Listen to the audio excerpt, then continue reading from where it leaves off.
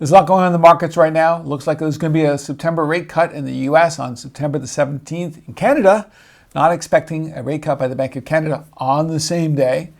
Investors are tariff fatigued at this point. It doesn't matter if Trump came out and announced 100% tariffs or took away all the tariffs. Investors are just saying we're just ignoring it at this point. Right now, the markets are moving higher. Usually this is a softer time on a seasonal period. We've got volatility low for this time of the year as well. And typically it starts to rise. We're going to be talking about these topics today as I go through my August newsletter. And we'll also be adding to the newsletter as well and taking a look at some other topics as we go. So let's jump right in and take a look at the August newsletter. So I start the August newsletter off with a big headline here: September rate cut set to go, but does it matter? Because the markets are really cheering a rate cut coming up. In fact, right now there's a 94% probability that the Fed will cut its rate on September the 17th. That was up from a week ago at 49%. So really a coin flip. There's a lot that's transpired. We saw inflation numbers come out. Arguably, they could have been interpreted both ways, but we did see the year-over-year headline rate for inflation tick down to 2.7%, slightly lower than expected. The core was slightly higher than expected, but investors went with the year-over-year headline rate, and we saw the markets respond positively to that. And as a result, we saw investors anticipate that the Fed will start to cut its rate on September the 17th. Now, I want to say here that at 94%, once you get above 80%, it's very seldom does the Fed go against the market at that point. So especially when we get close to that date, if we've got like an 85 or 90% chance that the markets have worked out in their probability with interest rate swaps, etc., that the Fed is going to cut the rate, then it's pretty well a lock at that point. It's just whether it's all about the language that comes out after that. Previous periods in recent times, we can see here that the federal funds rate is this red line here. And you can see the federal funds rate peaking here. And I put that spot in blue between the peak down to the trough. And this red line down here is the S&P 500. You can see that the S&P 500 headed lower in this time period when the Federal Reserve started to cut rates. And same with this time period, it started to cut rates here. What do you see? The stock market actually already had been heading lower at the time. And we'll see the same phenomenon here. And here we are today. This is interesting because the Federal Reserve has already started to cut rates. And when they've cut rates here, the stock market's moved higher. So this is a little bit different. We're seeing that stretch out here a little bit. And we're expecting the Federal Reserve to continue to cut rates. Now, so why is the stock market moved higher here when we haven't seen this in the past when it's moving higher, when the Federal Reserve is cutting rates? That's because the government's spending so much money, pumping money into the economy. We're seeing the money supply actually increase in the U.S. From loan generation from banks as well. So there's a lot going on underneath this here. So we are seeing a little bit of a divergence taking place. But we might see this actually catch up to what we've seen in past times here, where you start to see the stock market head lower once the actual interest rate cutting cycle really gets going. And so I put this picture here, and a lot of people won't have heard of this phrase here. And here's someone pushing on a string. And that refers to time periods when the Federal Reserve cuts rates at a fast pace and has no impact on investors. They go, well, we just don't care. You can make rates go down to zero. Now, in COVID, it was so different because we had the interest rates being cut so fast. And at the same time, the government was just absolutely dumping liquidity into the markets, giving everybody money. It was actually quite reckless by most countries. And so that was a different scenario. So you had the monetary policy and the fiscal policy enacting together and really creating a huge bubble in the money supply. But the typical scenario is that we see this happen, where you start to see if the economy starts slowing down. I think this would take place here. If the economy really does slow down, it doesn't matter how fast interest rates are going down. Investors or people in the economy are going to say, well, I don't want to borrow at this time. And especially if unemployment's picking up, because I may lose my job. I don't care if it's 5% or 3% I get my loan at, 2%, I'm going to put that off. So that's just a different perspective. I think we might see a boost if we start to see the interest rates really being cut initially, but then the reality could be that if they really start cutting, the economy's in trouble. And right now, we do see that priced in for the interest rates to be cut. This page, I start off with a big title here, Investors Are Not Terrified. Obviously, I've changed the letter here, a little bit of a pun. Investors just don't care about what's happening with the tariffs right now. They're just like 100%, 50%, we don't care. Oh, we got a deal. It doesn't really matter. They've become fatigued, basically. And there's a lot of misinformation about the tariffs. In this part of the newsletter right here, I actually talk a little bit about what's happening with the tariffs. And my overall feelings on tariffs are that they're not good for economic growth around the world when you add it all up together. And it's because of what's called comparative advantage, where each country should produce what they're good at producing and then swap their surpluses or trade their surpluses. And everybody's better off from that. And the world's in the last few decades has benefited from that. Now, I get what's happening in the U.S. because they have been taken advantage of by a number of countries around the world where there's been lack of access to markets and there's been tariffs on U.S. product. So I get that, and that needs to be straightened out. And I get why the U.S. might be introducing some tariffs to try and counterbalance that. And tariffs are needed, by the way, for national security in certain instances as well. But I disagree with some of the tactics being used here overall. Now, there's a big argument about are tariffs inflationary or deflationary. Powell's actually come out and said they're inflationary and we're expecting inflation to go up. Now, it depends on how you measure inflation, by the way. So if you measure inflation, there's two ways to measure it. The old definition used to be inflation was counted as increase in the money supply. The Fed doesn't look at that anymore, really. And the new definition really is it's a persistent increase in prices. So tariffs will put up prices in the short term.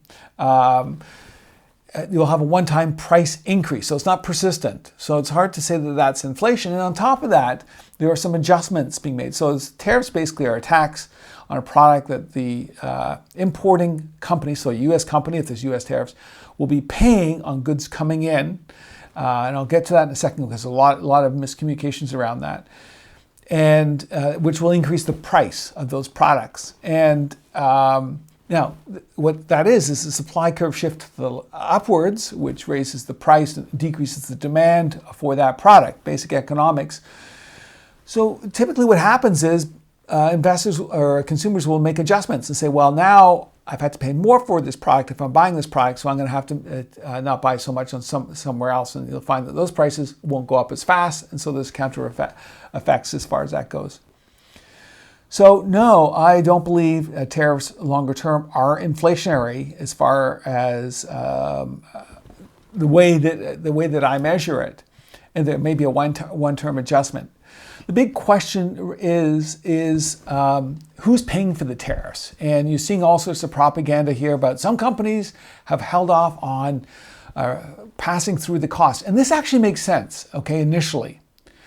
In the first stages, when it depends, let's take a look at a multinational company like Procter & Gamble or whatever it is, because I think they refer to Procter & Gamble here, where they have multinational setup and they're importing product into the U.S. and they're saying, well, we're not sure what the tariffs are. I mean, they've been changing so much and then they've been extended and delayed and canceled. They've been saying, well, we just don't want to keep bouncing around our prices. And so they've really held off on making any adjustments in their prices for good reason. I mean, could you imagine you go to the grocery store, it's up double one day and down half the next day, etc. So they've just held off. So that's been one of the factors that's taken place. And the other factor that's taken place here, if you take a look down here, this is a graph that's being widely distributed on the internet, and this is automobiles being produced. And so the large companies are something different. And so this is in the US, the prices that are being paid out. So the prices are being adjusted on the imports coming in for the same reasons. These companies are saying, well, you know what, we're not going to adjust our prices yet because we just don't know as far as what's going to eventually happen, and we'll straighten things up over time. And if you take a look at other countries, whether it's Europe, they're holding their prices up here. This will change. This will not go on forever. The prices in the U.S., if they're selling into the U.S., they're not going to give it a discounted price just to go into the U.S. over the long term. Short term, absolutely. Just to maintain their sales, their market share. But as competition, free market comes in, this is what it does, they will be paying the same type of price that everybody else is paying. And there won't be a discounted product coming into the US. And if you think about it, just take a look, and I go through this example actually, and say, well, let's take a look at a company in Spain, as an example, making basketballs. And the US company says, hey, we want to import those basketballs. And so when the basketballs come into America, that company that's importing them is going to be paying that tariff. Not the Spanish company. The Spanish company doesn't pay the tariff. It's the importing company. And so the US company now says, okay, we're going to have to pay that tariff on the basketball, which means they're going to have to put up the price accordingly. In the short term, these things don't work quite out that way, but over the long term, that's what's going to happen overall. So this is going back to some of the basic economics. In the short term, things aren't at, let's say, equilibrium type of thing, and you will see these anomalies where prices are still low, but over the longer term, you would see those prices adjust upwards. I truly believe the investors at this point haven't really factored in the impact that it's going to have on the stock market, because prices haven't adjusted yet. They haven't worked through the system. And longer term, it is going to have a dampening effect on the stock market. Now, you may say, well, the U.S. is now going to be encouraged, companies in the U.S. are going to be encouraged to produce those products instead of importing them. Absolutely, I agree. And I don't think that the U.S. is going to go back and producing plastic shovels and buckets for the beach or something. I think those are going to be done offshore permanently. But the U.S. will start to produce more products over time. That's the key, over time. So it's going to take some time before the U.S. makes those adjustments. But in the shorter term, it's actually going to have a dampening effect on the economy as it has to adjust. So I don't fully believe that investors are really taking a look at this and saying this is in the short term. I think longer term, you cannot make that argument. In the short term, as in that transition, and I don't think the stock market it does look forward, but not that far in advance. Okay, I talk about, the next section, I talk about hot markets, more to come. Hey, there's no question these are hot markets. The S&P 500 just an all-time high. There's a little bit of FOMO going on. Some IPOs just skyrocketing up. Some ridiculous valuations, and I'm not going to go through all the valuation charts and say this is what happens. Here's the valuation on the PE ratio or whatever it is, because it can stay that way for a long time. And years, and we've seen this in the past. So maybe there is more to come. But I do want to point out some of the characteristics in this market. The first is that it is the retail sector, retail investors driving this market. They've been net buyers into this market. Institutions have been net sellers, or reducing their overall equity over time, consistently over the last few months. And it's the retail investors that have really been piling into this. And if you take a look at the amount of options that the retail is using compared to institutions, it's been going up, and up. So this is a real options market as well. Once again, really showing FOMO. I don't have the graph here, but I have done a video on it talking about the margins. Actually, when I was on BNN Bloomberg, I talked about the margins, the amount of margin that's being used at brokerage accounts. We're hitting an all-time high up to $1 trillion. You can adjust for GDP, et cetera, whatever you want to make that realistic. It's still at a high rate. So we're seeing a real FOMO market. It's really being driven by retail. So who cares? Well, it does have an impact in the sense that if we do start to see a little bit of shakiness in the market, retail investors can actually respond very negatively very fast.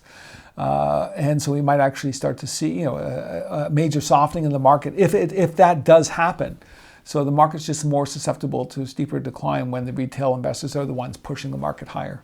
And here's a graph on gross margins for U.S. companies as well. So this actually can refer back to the tariff situation. So if you take a look here, right now, we're at really historical highs on gross margins. So gross margins used to be around 6.5%, really from 1950s into 2000. It would go up and down, and this is really a regression to the mean for this data. It would go too high, companies would come in and go, hey, I'm going to compete and grab some of that margin. If they get too low, companies leave the industry, and then we'd see gross margins go back up again. And we saw this structural change take place around 2000. And that really was because we started to see the large tech companies, which generally generate much higher margins, come in and dominate through oligopolies and monopolies, etc. And so I think we are structurally at a higher rate, but even in that higher rate, we're at the high end of that higher rate. So this is actually not a good thing in the sense that it's going to be difficult to move much higher as far as profit margin goes. But on top of that, this means that for it to go back down, if we go back down, this might be one of the ways that right now that companies can fund the price decreases of products coming in to the country as well, because they have some room to play. They've got the gross margins are really high. It's not like they're at the bottom of the barrel here as far as what they're making. So they're making money, so they can absorb some of those costs when they've got multinational bringing products onshore. That is possible. But over time, this will probably head back lower. And on top of that, this is just saying we've had margin expansion. At the same time, we've seen gross margins go up. We really pushed the upper limit. It's going to be harder for the market to really show rapid expansion from this level. I want to talk about volatility, set to move higher. So this is a graph. It's actually from my website. If you go to alphamountain.com, in the last tab, I've got seasonal graphs, and I've got a bunch of companies, and I'm adding to this over time. This is using the VIX from 1990, basically, and all the way to 1991 to 2024. You can see the volatility tends to go up at this time of the year. So in July into October. And that's been fairly consistent over time. And in my book, I discussed that. And if we take a look, here's a graph. I just grabbed somebody else's graph here, and you can see in the red line, here's where we are in 2025 compared to normal standards. We saw volatility go down. Usually volatility goes up. It hasn't yet. We're at very low levels for volatility at this point. So when it's at low levels, often we do see a rise, particularly at this time of the year. If we go back over the last couple of years, here's 2023. From July into October, we saw a volatility increase in the stock market, head lower. In 2024, we saw volatility also increase as well with the stock market, really moving sideways. They can move lower and then pull back up a little bit here. Okay, so let's take a look at some of the seasonal trends. Here I've got gold, and really I think the key with gold here is we've seen this real consolidation taking place for gold. We've seen this huge move upwards for gold, and investors were saying, hey, this goes up forever, and we're seeing a consolidation take place. And the concern here, I guess there is a little bit of a concern with RSI moving lower. So, that's a little bit of a divergence where you got prices really consolidating with RSI moving lower. But we've seen gold consolidate, for 5-6 months in the past in this rally. I don't have the graph here of that, but, here you can go back and take a look, and we see the consolidation that breaks up higher here as well. We'll have to see what it does. It is in a strong seasonal period. It still has some good driving factors. If we do see if the interest rates start to pull back down, we could see gold actually break above this level. I think if we see a break above, consistent break above 3,500, that could introduce a new excitement where we start to see another move upwards in the price of gold. And August and September tends to be strong months for gold, so it could be an interesting time. Here I put this graph in for GLD. In this case, this is the ounces held. So this is the ounces held of gold in the ETF from State Street in the U.S. This is the largest gold fund. GLD is the ticker symbol. So this is the ounces held. So price can be rising as the ounces held decreases. In fact, that's exactly what happened. So the ounces held was actually in the fund.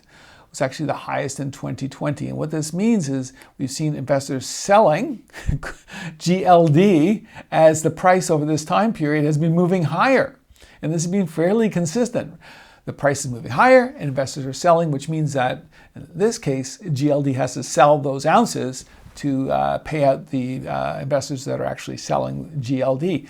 And if you take a look in 2024, we've seen this uptick where we start to see a little bit of an increase in the number of gold ounces held inside the fund. That means their buyers are starting to step in. My point here is I'm getting a lot of comments from people, and this refers to all commodities. It's not just gold. They say, well, gold's moved up a lot. It's probably going to pull back. True, yes, of course. But you find with commodities, whether it's oil, gold, platinum, whatever it is, they can move a lot longer and a lot higher than what people expect.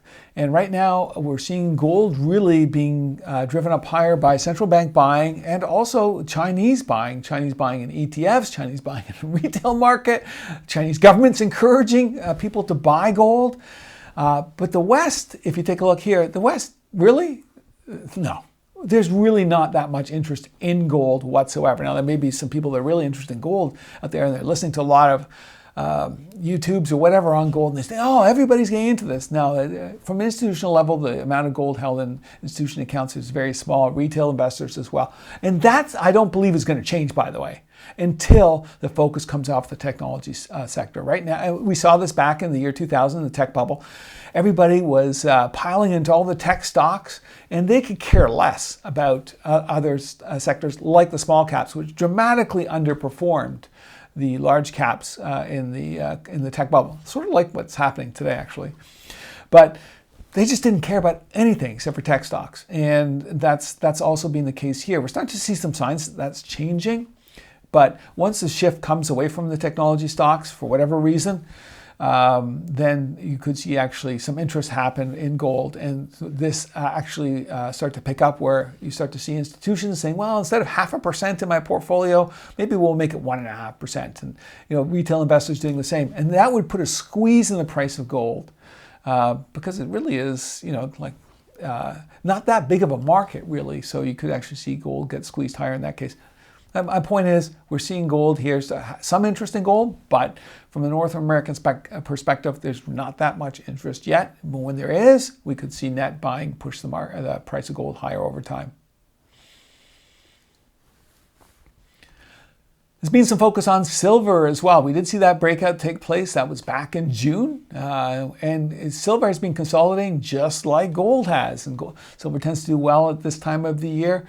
And the same factors here, we could actually start to see a breakout shortly for silver. The biotech sector, if we take a look here, typically does well from late June into mid-September. And if we take a look here, biotech on an absolute basis has been performing well relative to the S&P 500, really being about market perform. It's been consolidating relative to the S&P 500. And that's not a bad thing. That's after coming down from a strong, long decrease and watching a consolidation take place. That actually sets up the case for perhaps an increase here. We are at the bottom of this trading channel here for the biotech sector. If we do see an upward move in the market in the biotech sector, we could see a bounce higher as well. So the biotech sector is in its strong seasonal period, and we could see this respond on a absolute basis higher, and also too relative to the S&P 500. Interestingly, the healthcare sector is just being decimated over the last number of months for various reasons, but the biotech sector has been able to hang in and produce market returns. Okay, here we have the technology sector. This is not a strong seasonal period for the technology sector, but once you see a strong run in the technology sector for whatever reason, it can keep going. So it's important to take a look at. We did see the technology sector pull back here earlier in this year and underperform. So we really, since mid-2024, we saw up until mid-April of this year, the technology sector underperformed the S&P 500. Investors weren't used to that. We've seen this hype come back, and we're seeing the technology sector outperform the S&P 500. But look at this, and I've got this line in red here. It looks like it's rolling over. We're seeing this arc, whether it's on an absolute basis or a relative basis, we're starting to see this happen here. So we might see a consolidation from here, or maybe a little bit of a pullback. You typically, from a rollover type of thing, you don't see a big, huge breakout happen here. Now, with the Mag 7, anything can happen here, but right now it does look like it could be rolling over. So something to watch out for. So I thought I'd put it in the newsletter this time around. Gold miners, really quickly, we've seen gold miners have a breakout recently, really strong return. Gold miners have been, if you take a look at the cash flow, relative gold price, like on a fundamental basis, been very, very compelling for a while. But really, if you take a look at the overall move, even this year, we did see gold miners outperform the S&P 500, but this could actually still have potential to move higher from here. I want to talk about consumer staples. Consumer staples tends to do well this time of the year, particularly compared to the consumer discretionary sector. But on an absolute basis, over the last year, we've seen the consumer staples really just going back and forth here. I mean, it is expensive, but so is the rest of the market. And we do see investors go into the staple sector when they get concerned about some of the growth sectors. So we take a look here relative to the S&P 500 here, where we touched the bottom here, and we're at the same bottom. It looks like it might be starting to turn higher in August. If there is some concern around the markets, we might see investors say, hey, I still want to be in the market, but I'm going to move into some of the more defensive sectors, including the consumer staple sector. Here's the utility sector. Here I'm using XLU. We did see this breakout happen, and look what happened with the breakout. At the same time, we start to see the XLU outperform the S&P 500. Now, if we see interest rates come down, there starts to be a little bit of a risk-off mode. We could see a little bit of attraction into the sector. On a seasonal basis in my 2024 Investors Guide, I show that the utility sector in the month of August from 1990 to 2022, in that case, the utility sector has been the strongest sector in the month of August. So we could see, although it's not an exciting sector necessarily, we could start to see this sector pick up in August and into September as well. And if we take a look here, government bonds, if we take a look, it's put in a pattern of higher lows here. And so this is really, if you want to get technical, this is an ascending triangle here. And this is actually a bullish pattern for the sector. And investors don't realize that the government bonds, I mean, there was a little brief period, initially with the whole self-proclaimed Liberation Day in April, around that day where bonds suffered a little bit, and international investors did briefly pull money out of the U.S., and that hurt bonds. And there's all sorts of reasons why bonds might be going down. People talking about the different reasons, whether it's the auction or distribution on the duration, etc. But government bonds have actually been performing well. And so we've actually seen them tick higher. They haven't been killing the S&P 500 per se, but they've actually been doing okay here. And the good news is the top end of the ascending triangle here up against resistance, which could indicate a possible breakout coming up. So something to watch out for. We are in that strong seasonal period for government bonds. In August and September, we tend to see bonds do well. I will say some years we will see bonds actually start to lose their strength in mid-September, something to watch out for. But right now we still are in that, what I call the sweet spot for the U.S. government bonds. Okay, time for rants. Okay, I've only got a couple rants because of the summertime travel schedule here. I'd love to write many more of these. At night, just as I'm finishing up, it's almost like diarizing a little bit. It's kind of fun. But here's my rants. And I stay away from the top level politicians when I rant. I will pick on the lower level politicians just for fun, just so I don't get in trouble. I love to pick on central bankers, etc. So let's get into this. In the past, I've ranted about how the worst state in the U.S. is run, the worst government that's been running the state is in California. Just an absolute disaster. They can't do anything right. Companies are leaving the state left, right, and center. Now we have a huge commercial office problem in California where the values have just been plummeting. People are leaving, the high taxes, over-regulation, it just goes down the list. They can't build a high-speed train rail. They've been planning for decades, haven't laid track. Like, it goes on and on. In this case, I've got a city. And the question is Chicago the worst run city in the U.S.? Now, in this case, Chicago, they're set to have a $1.12 billion deficit in 2026. And that's a huge number, absolutely huge number for the city. But guess what they did? They have said, well, we're going to increase the pensions for the firefighters and the police officers. Now, I'm not begrudging the police officers and firefighters, and they do great work in the community. But Chicago is really suffering at this point. This is so typical of what's happening in governments around the world. They just don't care. There's a total lack of fiscal responsibility taking place. So this bump up in their pensions is going to create an unfunded liability of $11 billion. That's enormous. Just like they just don't care. And this is going to be a problem. In the past, Chicago has said, we got high taxes, high crime. And you saw Ken Griffith. I talk about Ken Griffith down here. Ken Griffith, he's a billionaire hedge fund, Citadel. He moved from Chicago. He said, well, we've had enough. My whole company complains about being here with the crime, with high taxes. Let's move to Miami. He moved his whole company there. And he's not the only one.